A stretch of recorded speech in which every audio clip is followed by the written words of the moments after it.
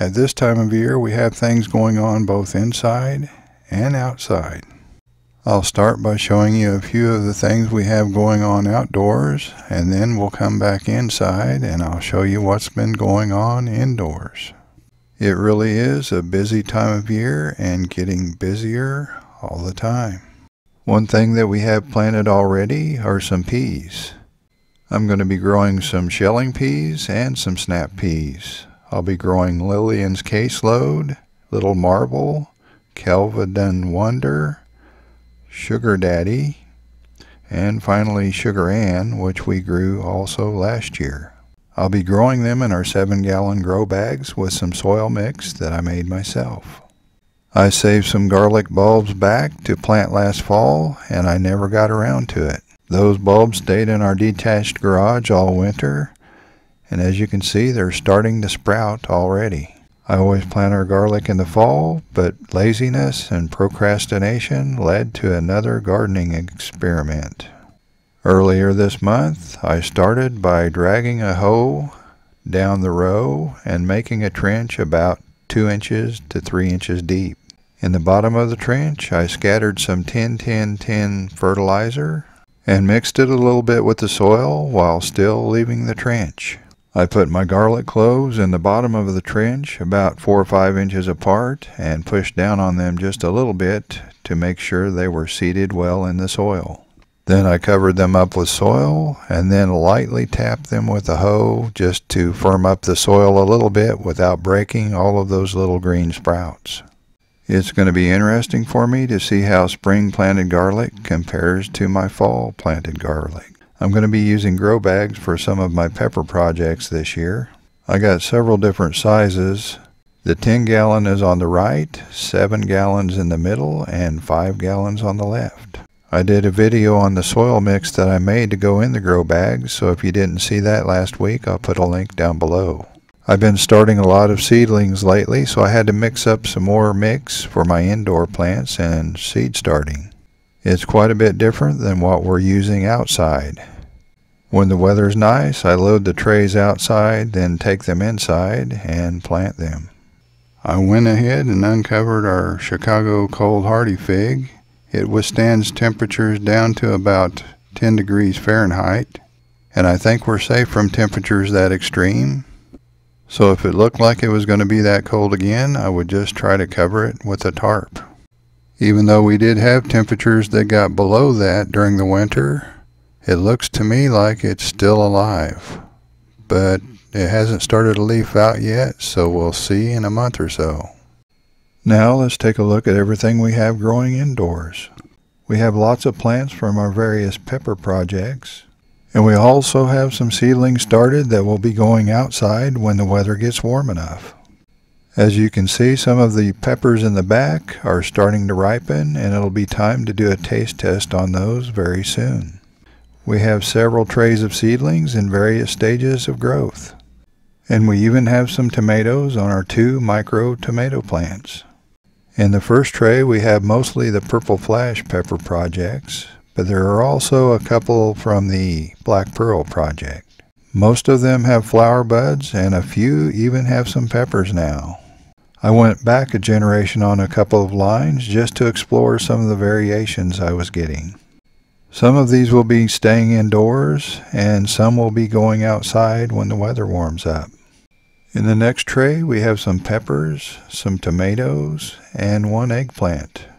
Most of these will have to be transplanted to larger pots very soon, as you can see by the size of this Matoyo eggplant.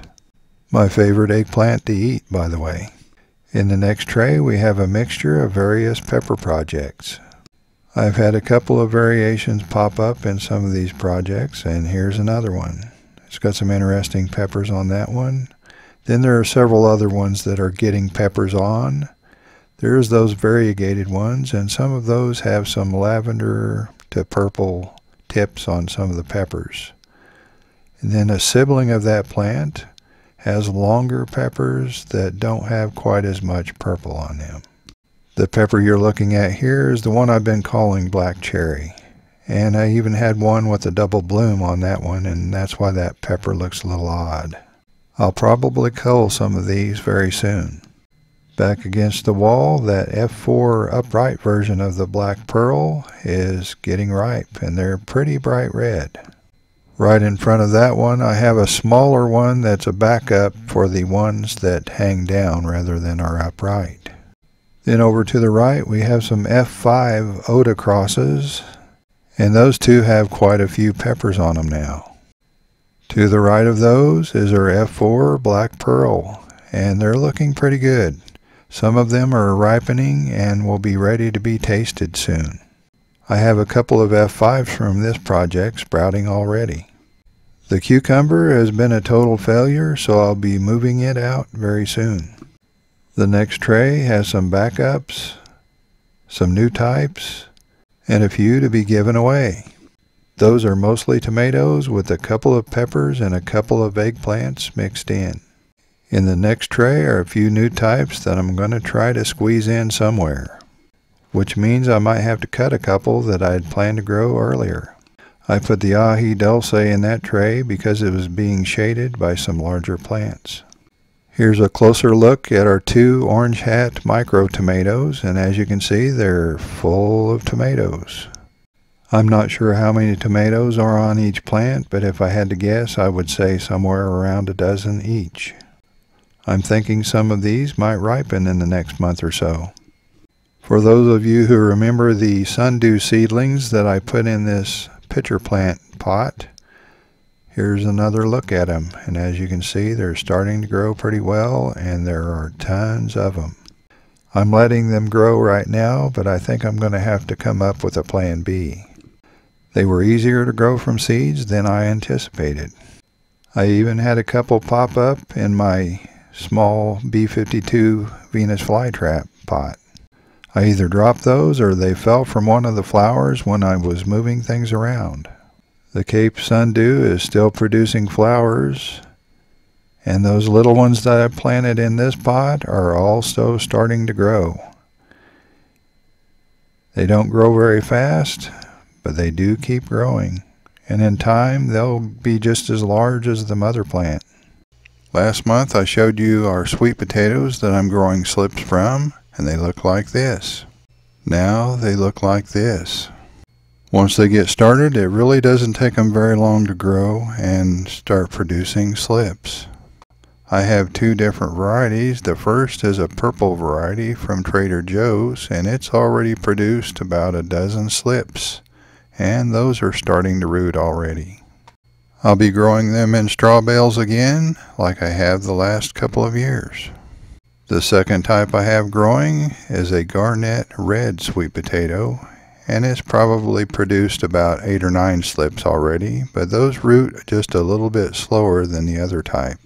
It's a busy time of year, but it's a fun time of year.